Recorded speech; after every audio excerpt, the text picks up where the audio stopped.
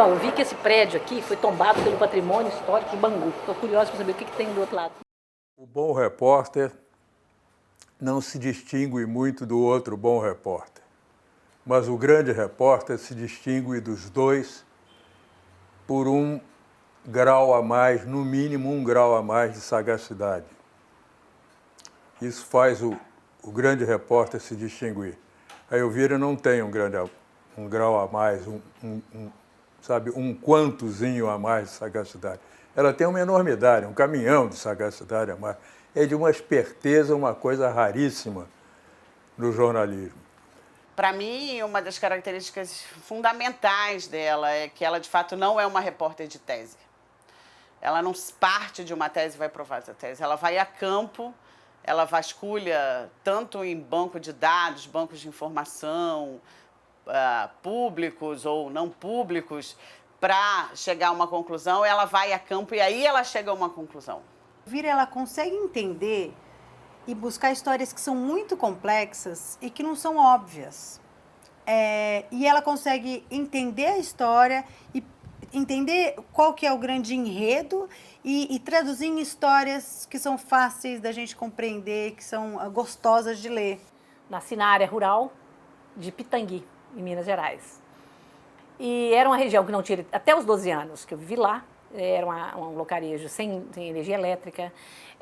Eu tive assim, o privilégio de viver uma situação que hoje, se eu falo para os meus filhos, meus netos, ninguém acredita, porque lá nós fazíamos o colchão, que era feito de palha desfiada, fazia-se o sabão que a gente lavava, não se produzia lixo, porque não tinha nada desses objetos de consumo que você tem hoje descartável. E a vida era viável. Conheci Elvira Lobato a partir de 87, trabalhamos juntas na Folha de São Paulo, aqui na sucursal do Rio. E Elvira sempre foi uma repórter assim, muito dinâmica, muito curiosa, muito animada, a empolgação dela sempre contagiava a gente. Eu não conhecia outra vida também. E tinha muita montanha em volta, que você pergunta, quando é que despertou essa semente do repórter? Eu sempre me perguntava, o que há por trás da montanha? O que há além dessa montanha? Eu tinha uma grande curiosidade de ver o que há além daquela montanha. Quando eu tinha 11 anos, eu fui fazer uma admissão na casa da minha madrinha, que era um outro lugarejo próximo. E eu me lembro que um vizinho dela foi assassinado pela mulher na madrugada. Era um cara muito cruel, que batia na mulher, que batia nos filhos, e ela, com a arma dele, o mata na madrugada. E eu me lembro que o dia amanhecia e eu estava sentada no fogão de lenha da casa. E eu fui no quarto, vi o sangue que tinha escorrido, coagulado, o cara deitado na cama. Eu não sei como que o dia amanhecia eu estava naquele quarto e verificando os fatos. Eu acho que ali é a lembrança mais remota que eu tenho da curiosidade repórter. Se me perguntar das viagens que eu vira, eu lembro de todas. É uma repórter que marca, assim, você faz uma viagem com ela, não passa despercebida. Sabia que era matéria com a Elvira, sabia que era matéria de ir atrás, de fuçar, reportagem de verdade, sabe? E foi nessa história que depois, no final, em Marabá, a Elvira saiu desesperada procurando um tucunaré para comprar. O tucunaré e a geladeira para o tucunaré. E foi nessa via que a gente perdeu o avião também. Eu não lembro se foi por causa do tucunaré, procurando o tucunaré que a gente perdeu o avião, ou se foi porque a gente errou a data da volta, alguma coisa. Eu sei que a gente perdeu o avião aqui. Acho que foi uma das poucas vezes que eu perdi o avião na minha vida. Ela é uma pessoa que ela apura com fôlego de estagiário, de foca, sabe? Então, ela está sempre pilhada com gás. Se o negócio está distante de 60 quilômetros, não tem o menor problema, porque ela vai. É sábado, não tem o menor problema, porque ela vai. Eles ficavam brincando, dizendo que eu não conheço uma coisa chamada a pauta caiu, que a pauta nunca cai. Todo mundo sempre fala assim, a pauta caiu. A nossa pauta não caía, sempre uma maneira de arrumar uma pauta. Então, dizendo, pô, todo mundo a pauta cai, não é possível. A Elvira nasceu pronta, né? Ela tem qualidades admiráveis, uma delas é muito focada no trabalho, né? Elvira, você praticamente não tem notícias da Elvira envolvendo nenhum outro assunto, a não ser aquele do trabalho dela, do foco. Ela sempre foi muito focada. e no trabalho, nas reportagens que ela estava fazendo, e com uma grande qualidade, que a Elvira não perdia tempo. Quando ela chegava perto de você, chefe, tenho aqui uma história, certamente é uma história importante, era alguma coisa grande, era uma coisa que valia a pena correr atrás. Às vezes demora para um talento jornalístico se revelar dentro de uma redação, né? Conheço casos de pessoas que tiveram uma passagem obscura, assim, durante vários anos e que, de repente, a pessoa, por algum motivo, às vezes subjetivo mesmo, desabrocha e o trabalho começa a ter uma projeção maior. No caso dela, como eu disse antes, o reconhecimento me parece que ocorreu de forma bem precoce, né? Bem no início. Eu aprendi a datilografar sozinha. Eu desenhei o teclado da máquina num papel e fui decorando todas as teclas, olhando o desenho. Eu fui me preparando da minha maneira. Como é que eu vou me preparar para vir para o Rio de Janeiro, que eu não conhecia, para uma cidade assim, né? O editor de economia da Folha naquela época era um dos grandes jornalistas de economia do Brasil, o Aloysio Biondi, que ficou logo também muito encantado e fez elogios ao trabalho da Elvira. E até parecia que ela já tinha vindo de algum outro jornal diário, né? E a Elvira é aquela repórter que, primeiro, você está numa redação, é impossível ignorar a presença da Elvira, porque todo mundo participa um pouco das apurações que ela está fazendo, né? É o que ela gosta, né? Gosta de ouvir o outro, gosta de histórias, né? Gosta de contar histórias, gosta de conhecer o outro. É sempre uma descoberta, qualquer personagem que ela entrevista. Aí a gente foi e encontrou esse personagem aqui, que era um antigo garimpeiro, aliás, antigo não, era um garimpeiro que ainda estava artesanalmente explorando ali no entorno e procurando ouro. Eu sempre peguei pauta de roubada, sabe? Sabe aquela pauta que todo mundo sai correndo dela? É a que eu mais gostava de fazer. Repórter que você percebe, geralmente dá para perceber quando o repórter chega com alguma coisa mais quente, mais perigosa. Com a Elvira você não percebia, não. Ela chegava com a mesma, tratava, sabe, das coisas mais arriscadas, etc., com uma naturalidade, com um bom humor. Ninguém percebia nada. No dia seguinte tinha um petardo no jornal.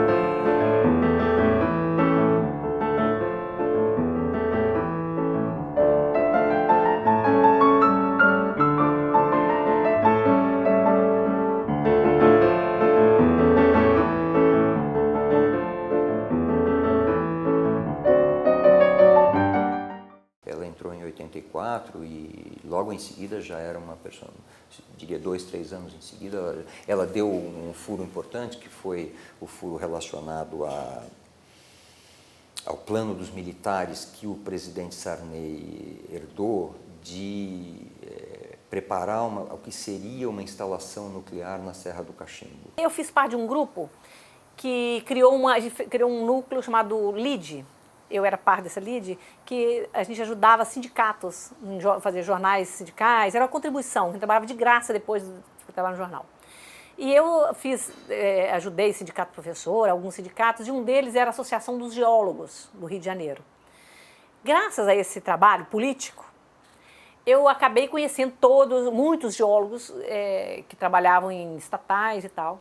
Seguramente esteve entre os furos mais importantes desse período, pelo menos. Foi, de fato, algo que teve uma repercussão, uma reação muito forte. E você se recorda, claro, de que em 86, ainda fazia muito pouco tempo, né, que a página do regime militar tinha sido virada, né? Então, a presença dos militares na política, até como em termos de uma ameaça velada, não era algo que estivesse completamente descartado naquele momento. E esse pessoal me deu uma primeira matéria mais importante que eu fiz, que foi a da instalação, a construção de um poço na Serra do Cachimbo, no sul do Pará, para teste nuclear.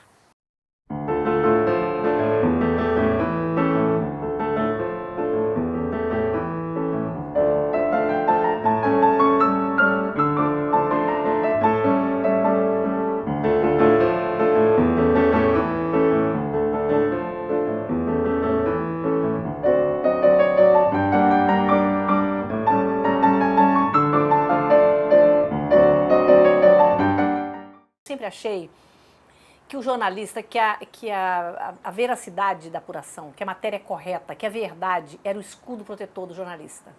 Que se você tivesse a apuração correta, você estaria protegido. E esse caso universal mostrou que não era. Porque eles não contestavam nada, nenhuma informação, nenhuma informação era contestada. E era um argumento, eles entraram nos juizados de pequenas causas. Então isso mexeu muito comigo, sabe?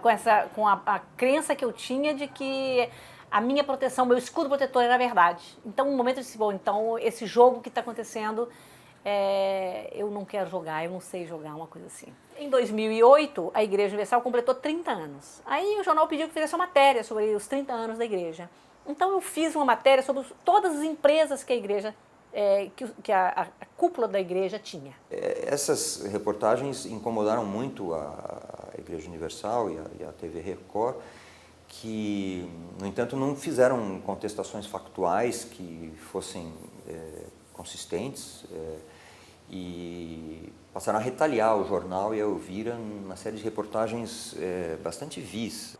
Passou ali umas 2 ou 3 semanas, um mês, começaram a chegar notificações da justiça. E aos poucos a gente foi percebendo quando de repente a gente se deu conta que tinha mais de 30 e foi aumentando 90, 120, que terminou mais ou menos, era 116, que na verdade a totalidade dos processos movidos por fiéis da Igreja Universal contra a Elvira Lobato, todos os processos eram idênticos, eram iguais, todas as falas eram iguais, do norte ao sul do Brasil, todas que estava escrito era igual, a jurisprudência era igual, e os fiéis diziam que eles tinham sido atingidos na honra deles, e por causa deles terem sido abordados na rua com comentários de cidadãos, amigos, parentes, e os comentários de todos os processos eram iguais. Não tinha, ninguém se sentiu ofendido no Rio de Janeiro, São Paulo, Belo Horizonte, Campinas, nada. Todo mundo só se sentiu ofendido lá naquele local. Tinha local que levava 3 dias para chegar lá. Chegou um momento que eram tantas ações em tantos lugares que era impossível estar em todos os lugares. E o jornal passou a mandar repórter para todo lado, editor. Teve um período que grande parte da Folha estava viajando, ou tinha viajado, para me representar em algum lugar. Ela virou até um símbolo nesse momento, né, de uma repórter que estava, enfim, fazendo frente, né, a uma tentativa notória de intimidação, né. A gente até achou que, no mínimo por uma questão de probabilidade estatística, a Folha de São Paulo e Elvira iam perder algumas ações. A gente achava que a gente ia ganhar a maior parte, mas que iam perder algumas ações. E no final, a gente não perdeu nenhuma ação. O Poder Judiciário, ele foi instrumentalizado para calar a boca da Elvira Lobato e da Folha de São Paulo. E aí isso mexeu muito comigo. Mexeu muito comigo, foi onde eu tomei a decisão de que eu deveria, estava na hora de eu me aposentar e pegar meu chapeuzinho e fazer outra coisa.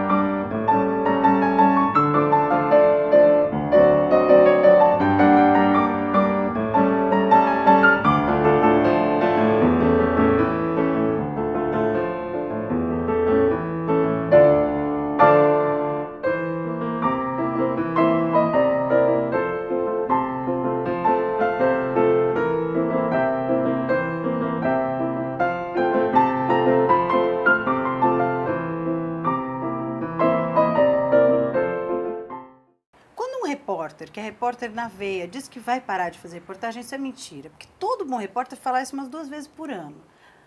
E sofre, e não consegue. Eu conheço muitos repórteres. O repórter que é repórter não consegue parar. Onde eu vou, onde quer que eu vá, no Brasil, não lá fora, que não chega a esse ponto, eu levo comigo o meu gravador, um caderninho e a caneta. Porque é irresistível, é muito mais forte do que eu. Se eu vejo uma coisa que é jornalística, mesmo que eu não tenha nem possibilidade onde vou publicar isso, nem penso isso nessa hora. Eu sabia que a Amazônia Legal, os 9 estados da Amazônia Legal, tinham uma legislação específica, que lá as retransmissoras de televisão podiam gerar conteúdo.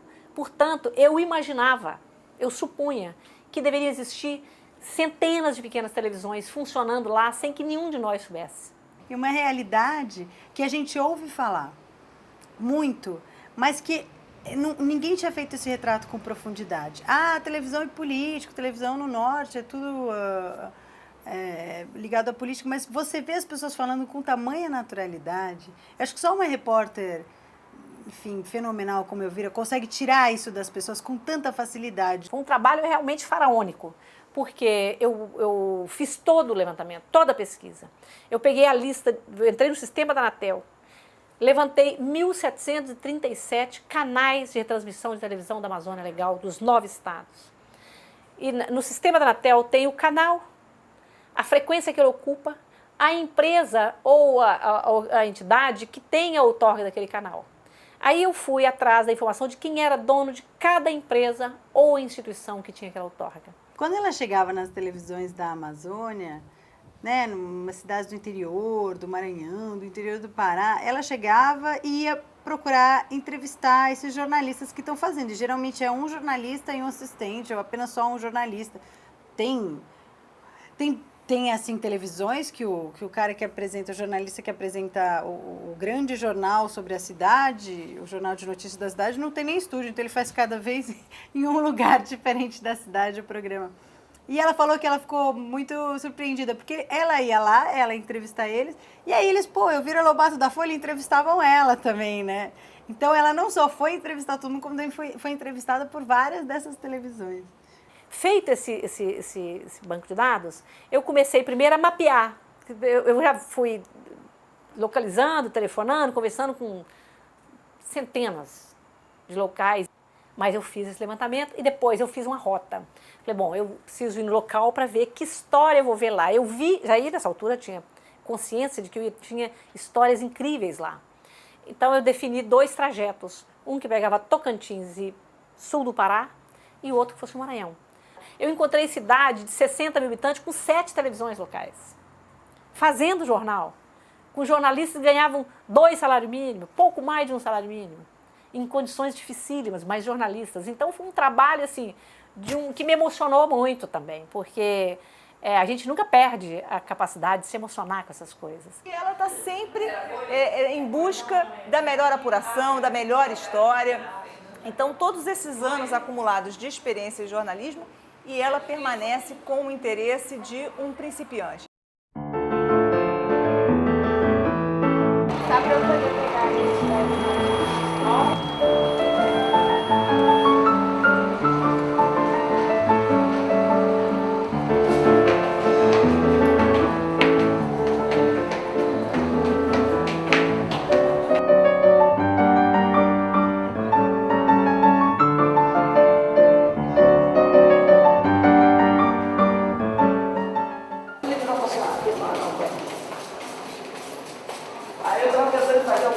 alguma coisa, essa coisa de gerações. Do Papa, né? A mãe já fica brincando com ele.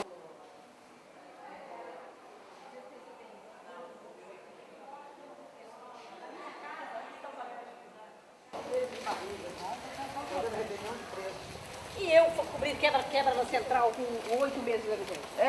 Meu Eu Deus, lembro ficava que na escondida atrás da rebelião- pilastra. Por nós mesmos.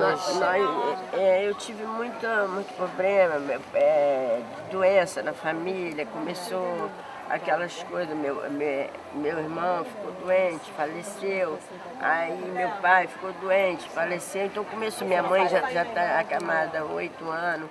A gente cuidava da minha avó e do meu tio que tinha AVC, eles não andavam. Que moravam junto com você? Eram Minha mãe nós morava- duas. Eu não vendia Pra bebida, menor. os pais mandavam comprar bebida, eu não vendia. vendia. Seus filhos vêm visitar você?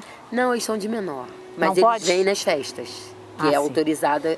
Suas filhas vêm te visitar? Tem uma irmã minha que vem Minha visitar filha vem ela. me Uma só? visitar, E É, os outros? Os outros trabalham, não tem como. Mas nem final de semana não vem? Não tem como.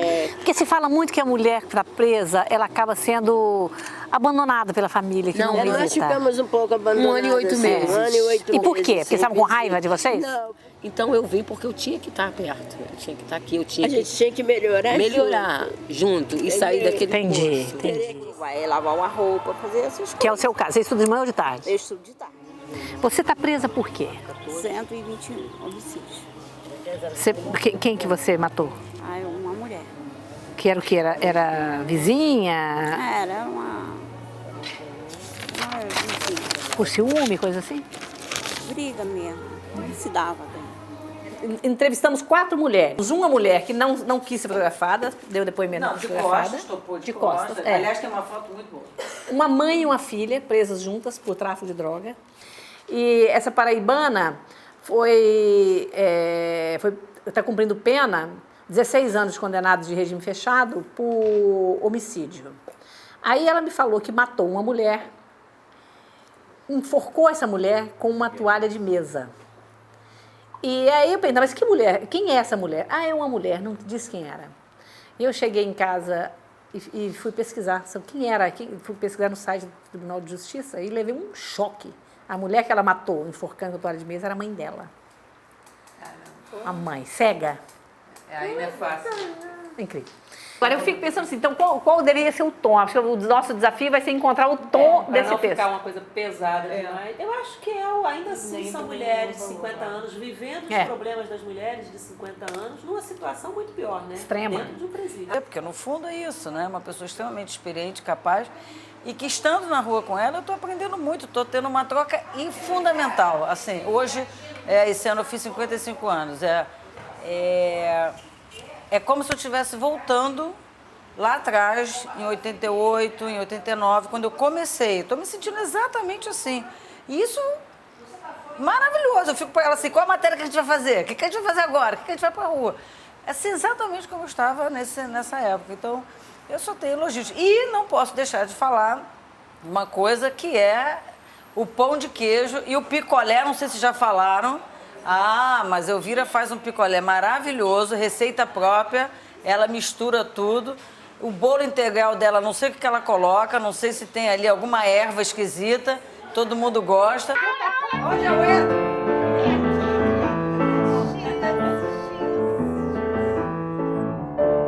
Então, a verdade, eu chego à conclusão de que tudo é incrível. Atrás de tudo há uma história incrível, né? É isso que eu acho que é imorrível.